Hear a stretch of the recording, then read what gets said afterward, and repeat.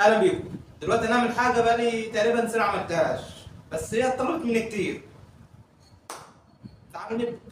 بسم الله. تعالوا نبدا بالالفا بيتا. دي الفا بيتا الحروف. الحرف اللي قدامك ده اسمه ا. افتح بطن لفوق. اكن حد ضربك. هو اسمه فهيديك صوت برضه. الحرف الثاني ده اسمه بي. هيديك صوت ب ب ب ب. يعني مثلا لو عندك حاجه زي دي اقراها كده. ب ب ب هتبقى با با با. الحرف دي اسمه ان هيديك صوت ن. طب كمل قراءة كده. ب ب ن. بان بان بان. كمل قراءة تاني. بانا بانا. تمام كده. افتح بطن لفوق قول بانا. طيب كمل قراءة تاني كده. بانا بانان بانان. قشطة. طيب كمل قراءة تاني. الحرف ده مش هقول لك اسمه دلوقتي ولا صوت، مش هناخده النهارده، هو ليه شرح معين كده لوحده، بس اعتبره مش موجود، ان هو في المكانه ديت بيتنطق بسرعه كده لدرجه انك ممكن ما تنطقوش. ما علينا، مش هنخش في تفاصيل كتيره، اعتبره مش موجود. كمل قراءه كده. اقرا الكلمه كلها. با نا نن بنان بنان. طيب الحرف ده اسمه دي دي هيديك صوت د د د د. اقرا دي كده. د د دا دا دا. طيب الحرف ده اسمه كا هيديك صوت الحرف ده اسمه ال هيديك صوت ل. الحرف ده اسمه ام هيديك صوت م. طبعا دول مفيش منهم اي مشكله. طيب اقرا الكلمه دي كده. لا لينك. تمام. الحرف ده هنعرفه بعدين. طب اقرا الكلمه الثانيه دي كده. م ما لا لن. برضه الحرف ده هنعرفه بعدين، اعتبره مش موجود هنا. مالن مالن. الثلاث حروف دول مفيش منهم اي مشكله. الحرف اللي قدامك ده اسمه او هيديك صوت او. اقرا الكلمه دي كده.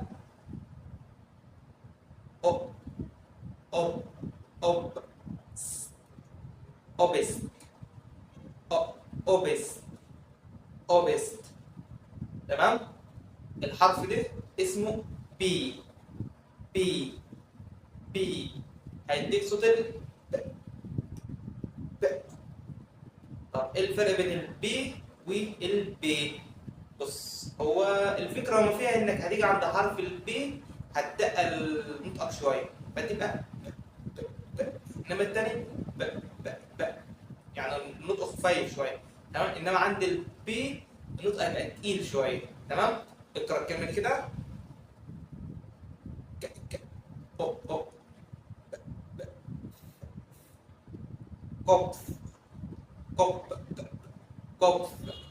قبض.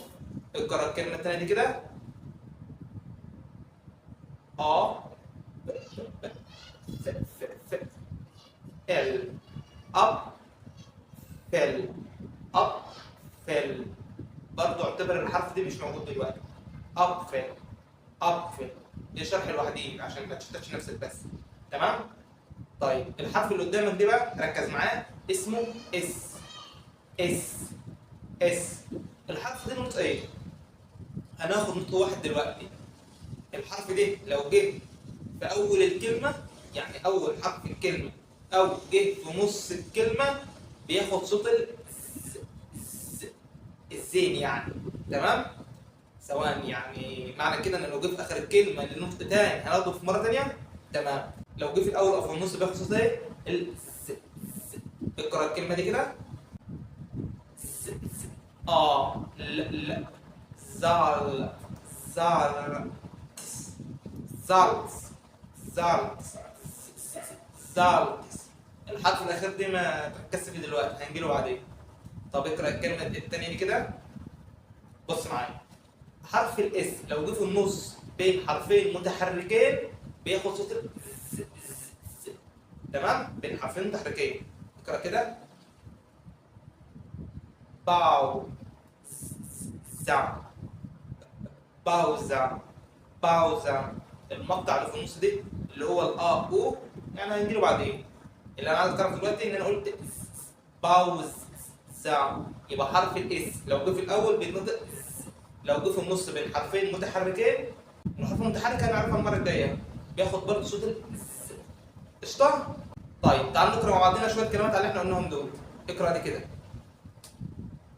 او بي يبقى اوبا اوبا اوبا. طيب اقرا الكلمه الثانيه دي كده. م م م ن ن ن من من من. طيب اقرا الكلمه دي كمان. او ب ب ب اوبست اوبست اوبست. ثواني، ما حرف الاس هنا جه في النص اهو، ما نطقناش ليه؟ احنا نطقنا هنا قلنا اوبس. قلت لك لو جه بين حرفين متحركين هناخد رقم متحرك المره الجايه، ممكن نكون عارفين بس هناخدهم برضه المره الجايه. اوبس. طيب اقرا الكلمه دي كمان كده. ك لا لا ت قال قال قال. اقرا الكلمه دي كمان كده. ب ب ب لا لا لا ن ب ب لا بل بلان بلان بلان. ما قلناش بلان، قلنا بلا. الحرف دي بنطق لازم تفتح بقك، لازم. بلان بلان